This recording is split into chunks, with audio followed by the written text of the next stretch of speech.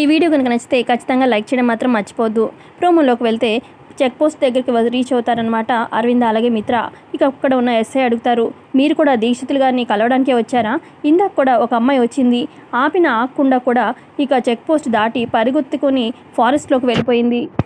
అసలే పులులు తిరిగే ప్రదేశం ఇది, చాలా జాగ్రత్తగా ఉండాలి. అప్పటికి ఆ అమ్మాయికి చెప్పినా కూడా భయం లేకుండా దీక్షితుల కాలనీ కలవాలి అని చెప్పి పరుగున పరిగెత్తింది.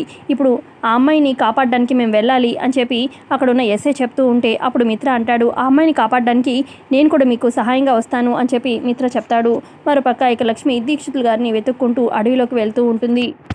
ఇక అడవిలోకి వెళ్ళిన మిత్ర అలాగే ఎస్ఐ, మీరు అటు వెళ్ళండి, నేను ఇటు చూస్తాను అమ్మాయి గురించి అని చెప్పి ఇక వేరువేరుగా వెళ్తూ ఉంటారు మిత్ర అలాగే ఆ ఎస్ఐ. ఆ తర్వాత ఇక వాకీ టాకీలో ఇక దీక్షితులు గారితో మాట్లాడుతుందనమాట అరవింద. ఇక అరవింద చెప్తుంది, మిత్ర అడవిలోకి వెళ్ళాడు అని చెప్పి అనగానే అప్పుడు దీక్షితులు గారు, అసలు మిత్రని అడవిలోకి ఎందుకు పంపించావు? నీ చేతులారా నీ కొడుకుని ప్రమాదాల కోరల్లోకి పంపించావు, ఎందుకు ఇలా చేసావు అరవింద అని చెప్పి ఇక దీక్షితులు గారు కంగారుగా అడుగుతూ ఉంటే ఇక అరవిందకి ఇంకా కంగారు పెరిగిపోతూ ఉంటుంది.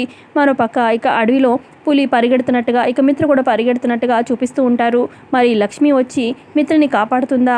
ఆ టైంలో మరి మిత్ర లక్ష్మి ఎదురు పడతారా, ఒకరినొకరు చూసుకుంటారా లేదా అనేది మనకి కమింగ్ ఎపిసోడ్లో ఇంకా క్లియర్గా తెలుస్తుంది.